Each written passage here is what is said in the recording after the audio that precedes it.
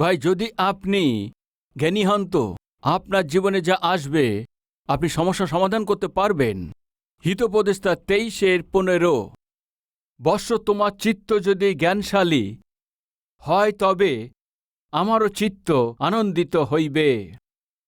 প্রতিটি স্বামী স্ত্রী জ্ঞানীভাবে জীবনযাপন করেন তো ওই জ্ঞান দিয়ে আপনারা প্রত্যেকেই সমস্ত সমস্যাকে সমাধান করতে পারবেন।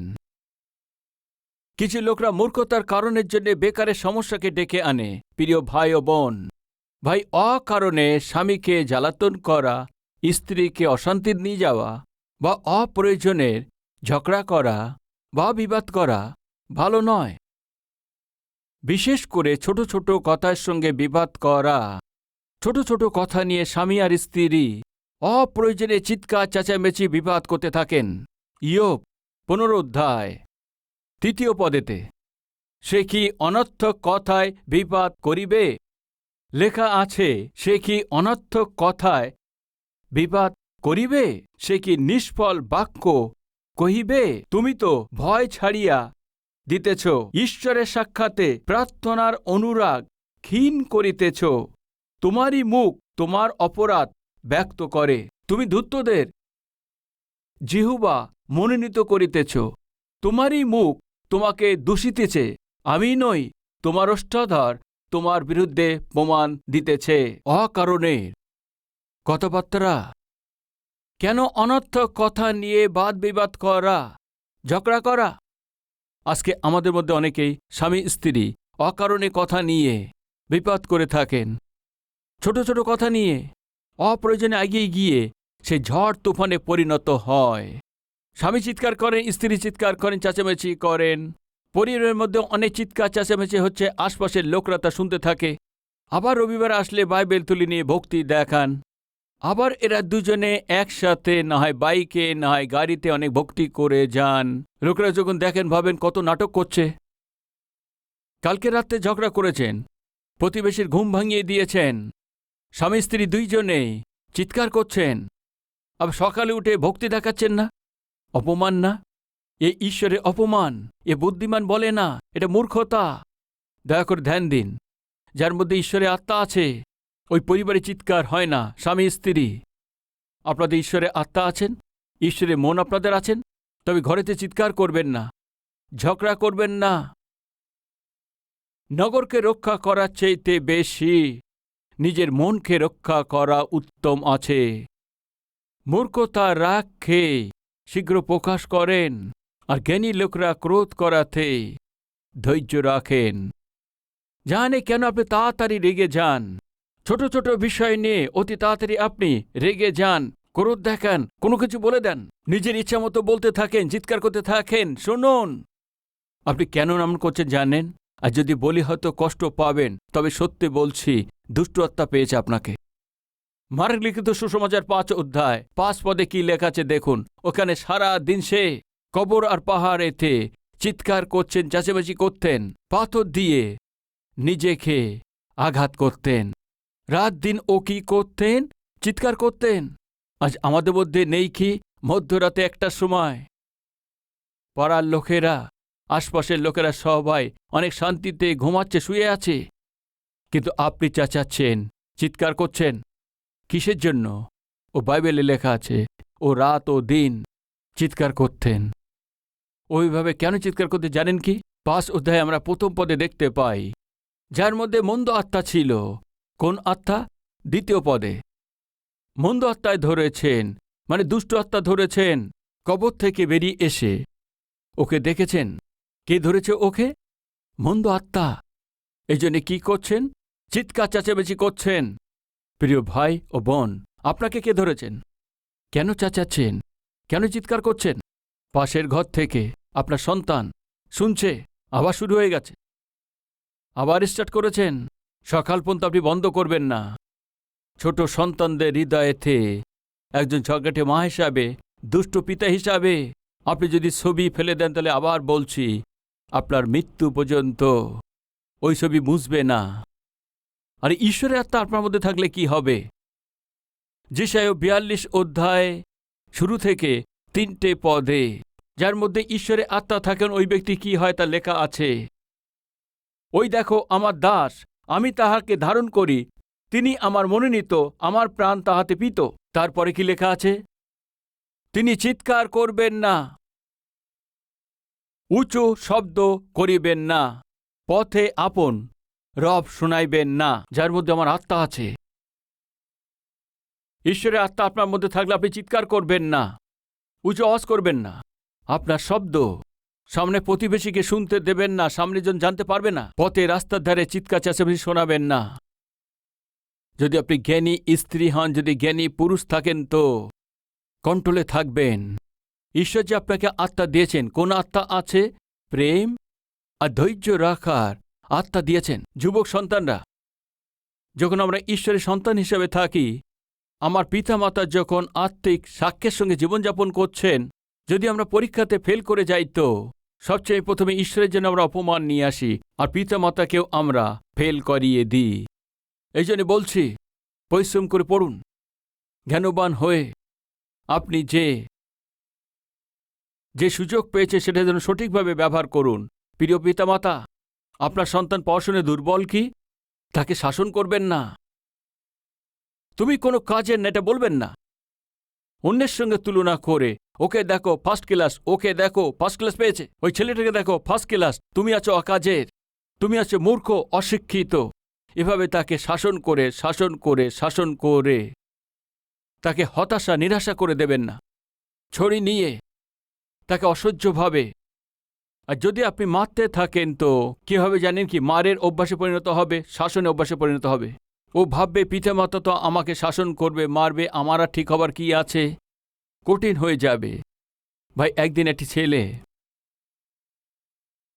তার মায়ের কাছে হেডমাস্টারের দেওয়া একটা লেটার ছিল, যেটা খামেতে সিল করা ছিল, মাকে দিয়েছেন।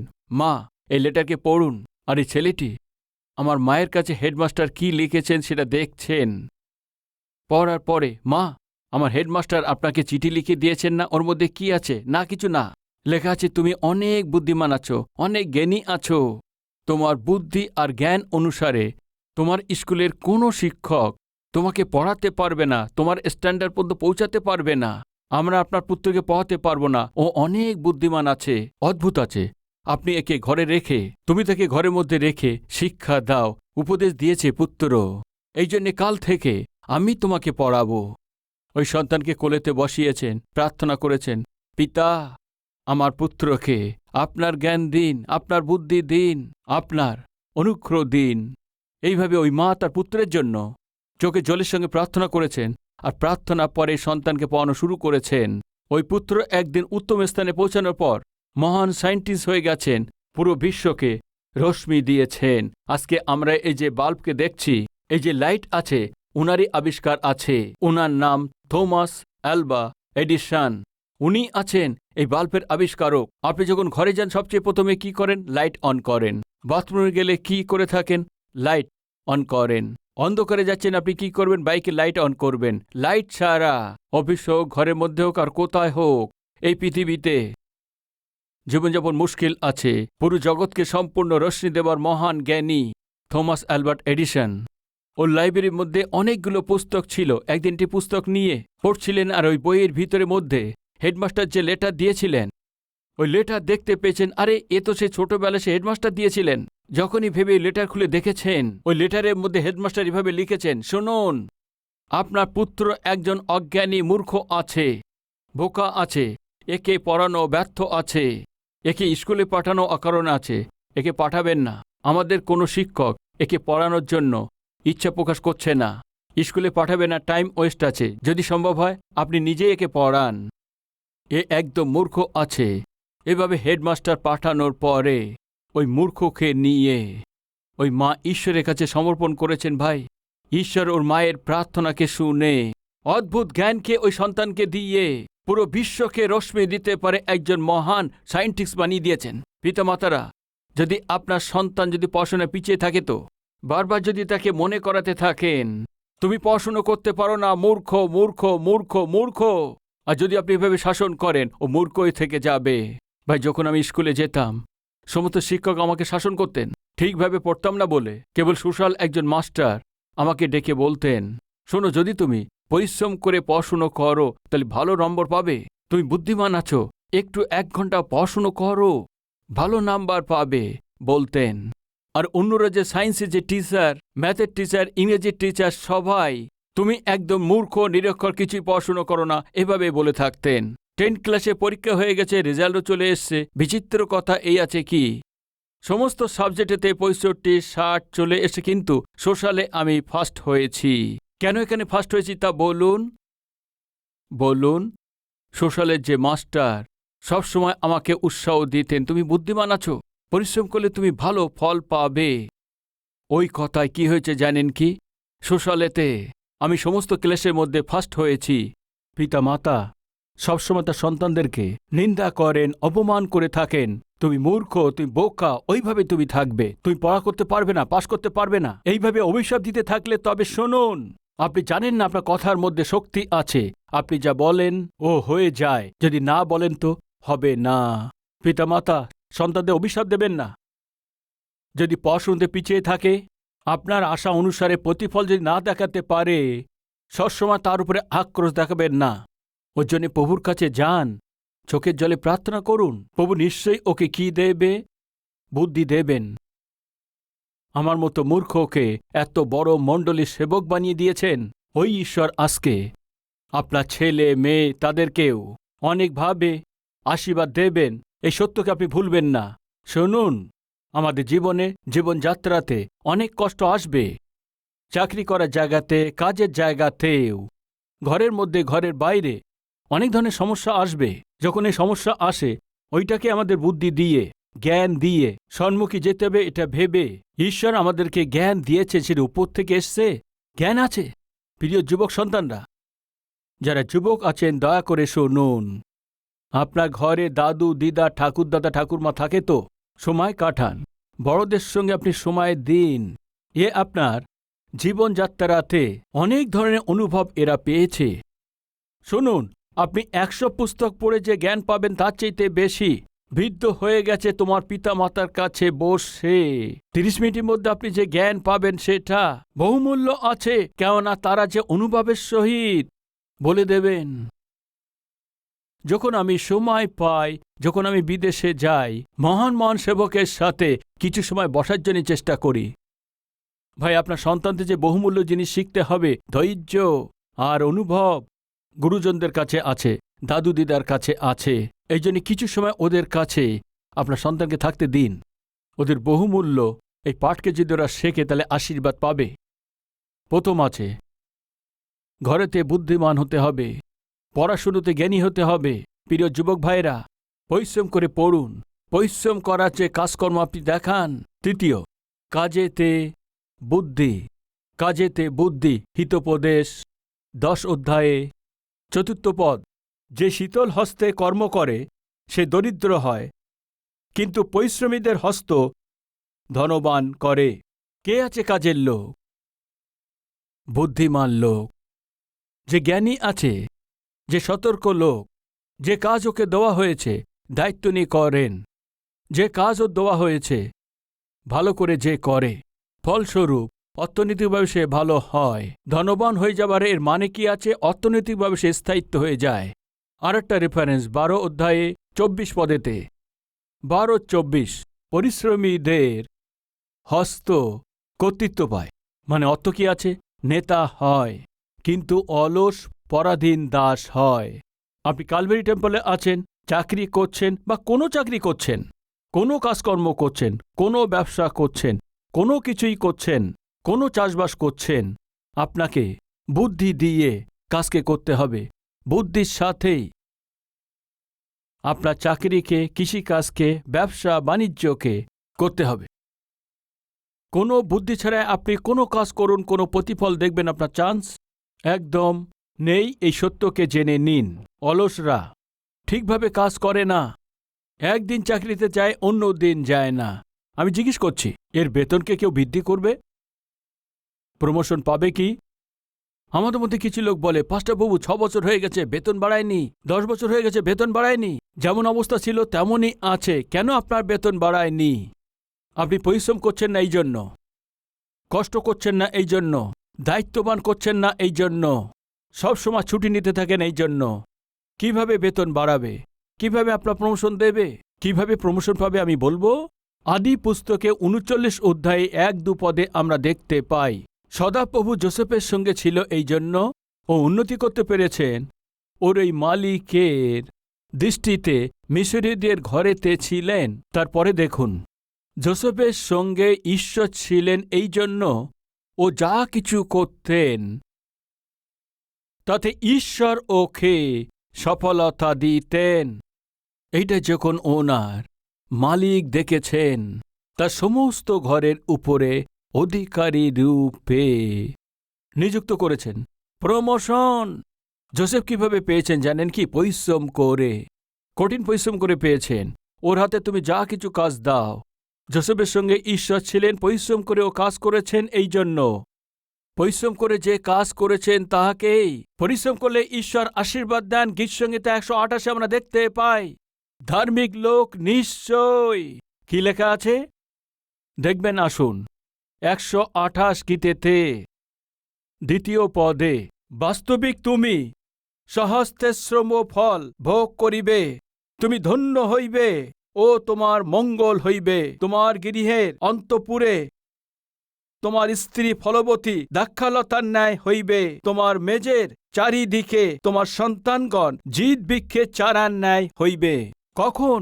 যখন আপনি পরিশ্রম করে কাজ করবেন, পরিশ্রমের প্রতিফল যখন আপনি পাবেন, যখন আপনার বেতন বাড়বে, যখন আপনি প্রমোশন পাবেন, যখন আপনার পরিচয় পাবেন, তখন আপনার পরিবার তখন দ্রাক্ষালতার ন্যায় হইবে। আপনি পরিশ্রম করেন না, কষ্ট করেন না, বুদ্ধি দিয়ে চাকরিও করেন না। আপনার ব্যবসাতে, কাজেতে, চাকরিতে ঈশ্বরের সঙ্গে বুদ্ধিতে জেগে থেকে কাজ করেন না। আজ যে আপনার দরিদ্রতা ধরে রেখেছে কি আছে জানেন কি? আপনার অলসতা। ঠিকভাবে চাকরি করে না, ঠিকভাবে ব্যবসা করে না, একদিন দোকান খোলে, দ্বিতীয় দিন বন্ধ রাখে। আপনাকে কেউ কাজ দিলে সেটা অর্ধেক করে বন্ধ করে দেন। কিছু লোকরা মিস্ত্রি থাকেন, কিছু লোকরা কন্ট্রাক্টরি থাকেন, কিছু লোকরা বিল্ডার থাকেন, কিছু কার্পেন্টার লোক থাকেন, আবার কিছু বিজনেসেতে, ব্যবসাতে কারোর সঙ্গে কোনো কন্ট্যাক্ট নিয়ে মাঝপথে ছেড়ে চলে যায়। এমন লোকরা আবার কি করে অর্ডার পাবে? ১-২ দিন কাজ করে, চতুর্থ পঞ্চম দিন আবার ছেড়ে দেয়, গিয়ে মদ্যপান করে, কিন্তু কাজেতে যায় না। কি করে পাবেন দ্বিতীয়বার অর্ডার? কাজ করার জায়গাতে আপনার উপর অধিকারী মনে করুন কাজ দিয়েছেন, দ্রুত কাজ করুন।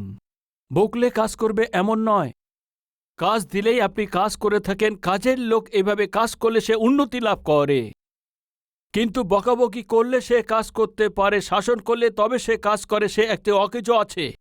আমি জিজ্ঞেস করছি আপনি কোন পথে আছেন? কাজের কথা বললেই কাজ করেন, না বকলে তবেই?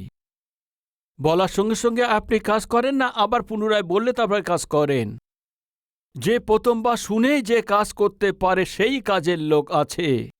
১-২ বার না বলার পরে সে কাজ করে না, সে একজন অকেজো আছে, অলস আছে। এই বিষয়কে বোঝার চেষ্টা করুন, প্রভুতে আমি অনুরোধ করছি। প্রিয় ভাই ও বোন, বুদ্ধিমানের সহিত কাজ করুন।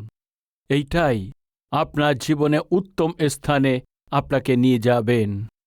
ঈশ্বর যোসেফের সঙ্গে ছিলেন এই জন্য ও যা কিছু কাজ করত সেখানে ঈশ্বর সফলতা দিতেন।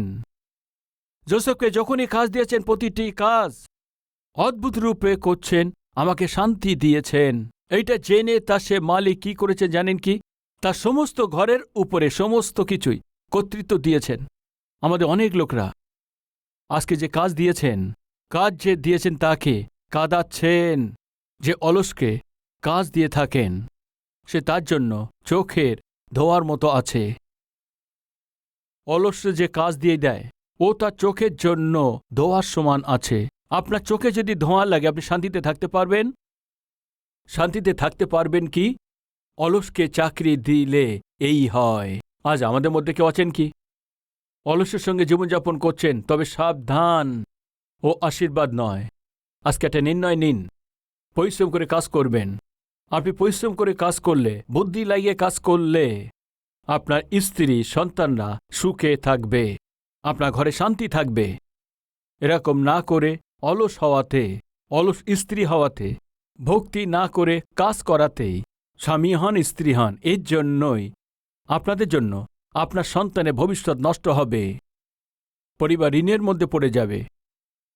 ঋণ না শোধ করতে পেরে স্ত্রী সন্তানরা দুঃখ পাবে।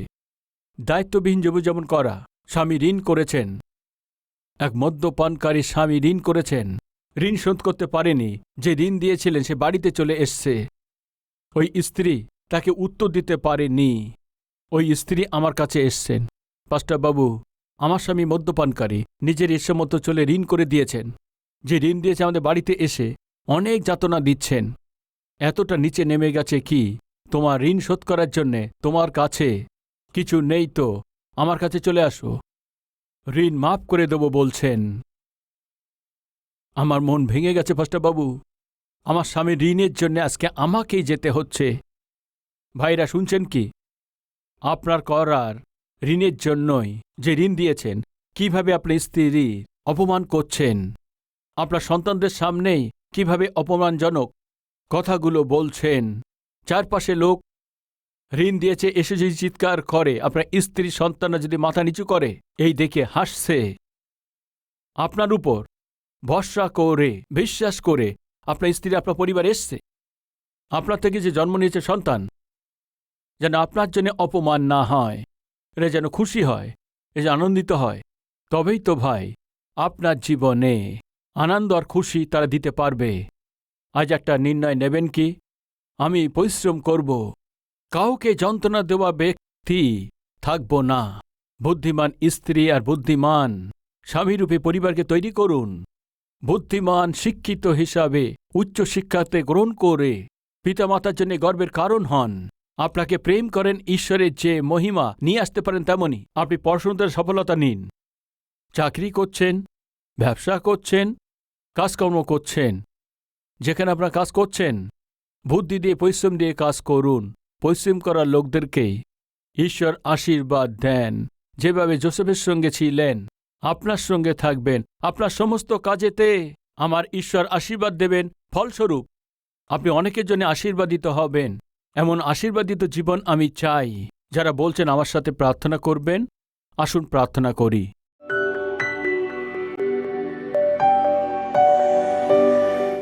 পবিত্র ঈশ্বর পিতা, বহু স্পষ্ট রূপে এই বাক্যের দ্বারা পিতা আমাদের দুর্বলতাকে দেখিয়েছেন। আপনাকে ধন্যবাদ দিই।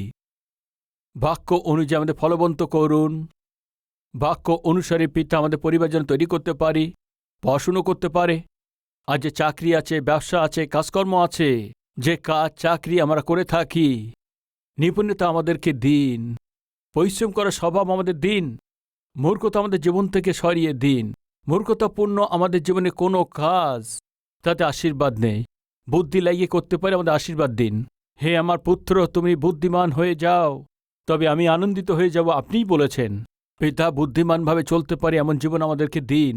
পবিত্র জীবনযাপন করতে পারে এমন অনুগ্রহ করুন। আপনার জন্য সাক্ষ্য দিয়ে চলতে পারি, সাহায্য করুন। যীশু খ্রিস্টের নামেতে চাইছি পিতা, amen.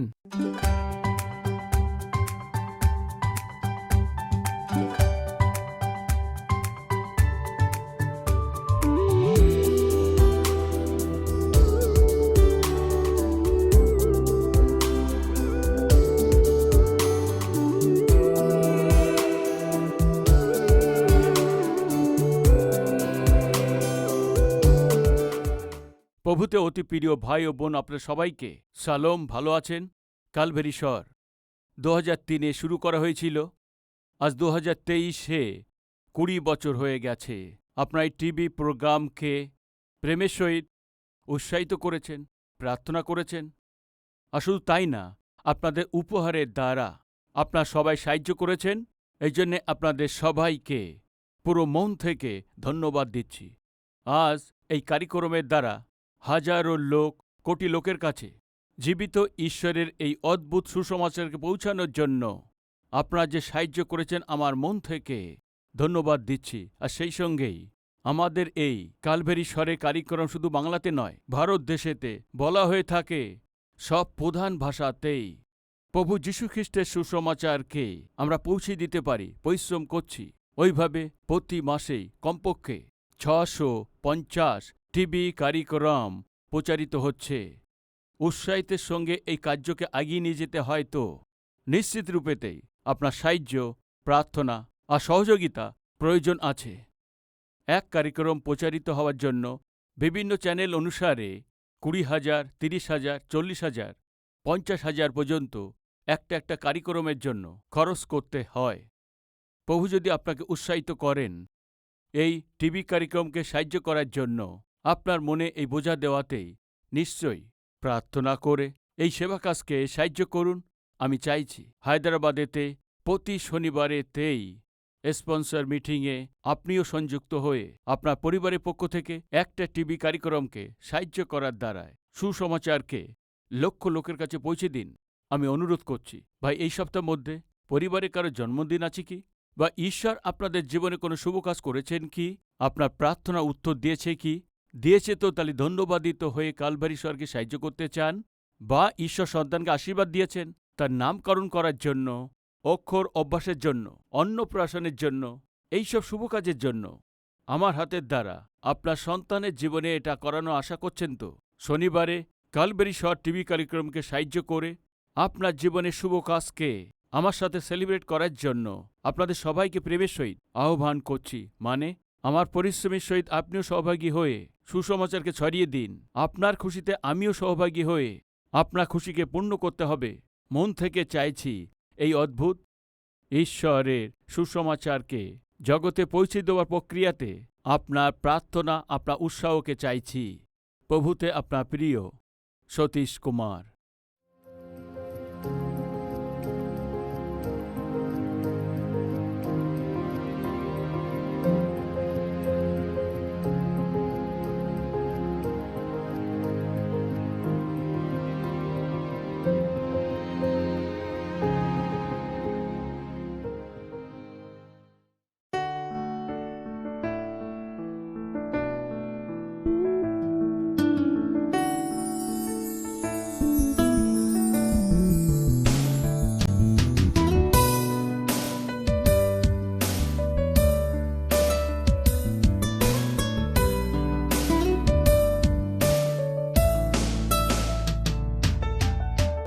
My heart I give to you, Lord. You're much more than anything in this world. Nothing compares to you, Lord. You're the King of kings and Lord of all lords. Jesus, you're my love, my strength. My heart longs for a friend like you. Jesus, you're my love, my strength. My heart longs for a friend like you.